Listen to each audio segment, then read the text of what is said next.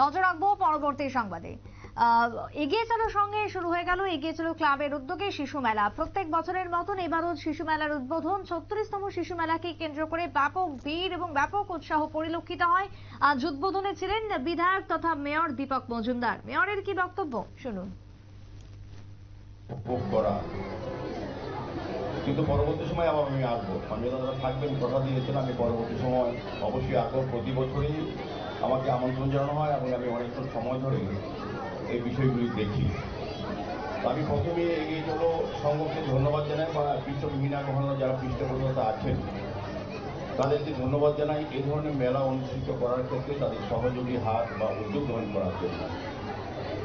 আজকের থেকে 6-7 বছর আগে এই শহরে রাজ্যে প্রথম এগিয়ে চলার সঙ্গে শিশু মেলার চিন্তা ভাবনা করেছে।